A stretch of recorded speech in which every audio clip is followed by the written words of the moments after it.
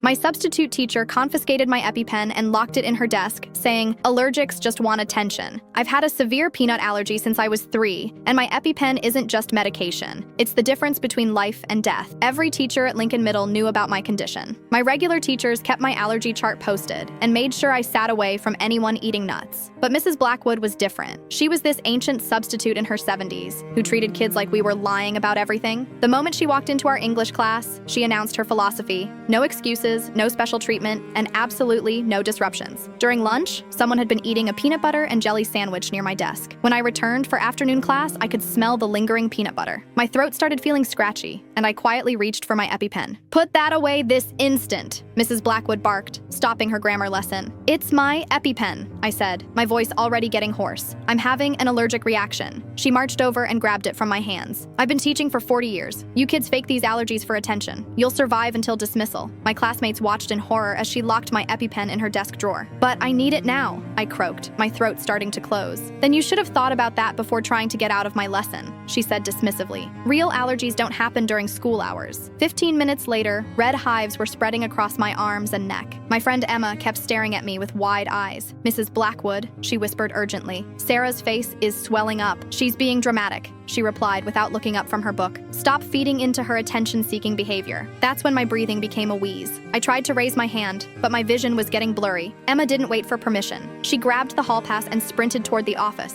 ignoring Mrs. Blackwood's angry shouts about proper procedures. What Mrs. Blackwood didn't know was that my dad was the school nurse. 2 minutes later, my dad burst through the door, emergency EpiPen ready. The look on his face when he saw my swollen features and heard my labored breathing was pure rage. "Where is her medication?" he demanded, rushing to inject the epinephrine. Mrs. Blackwood looked confused. "Who are you to barge into my classroom?" "I'm the nurse. And her father." Dad's voice was ice cold as the nurse monitored my breathing. "You confiscated life-saving medication from a student having anaphylaxis?" Mrs. Blackwood's face went white as she realized her mistake. I thought she was faking." "You ignored a documented medical emergency that could have unalived my daughter. That information is in her file, posted on your desk, and required by law." Dad turned to the class, half of them already recording. "Did everyone witness this teacher refuse medical treatment to a student in crisis?" Every phone in the room was pointed at Mrs. Blackwood. Within 30 minutes, Mrs. Blackwood was permanently banned from the district. The school board launched an investigation that same day. By that evening, the story was covered by local articles.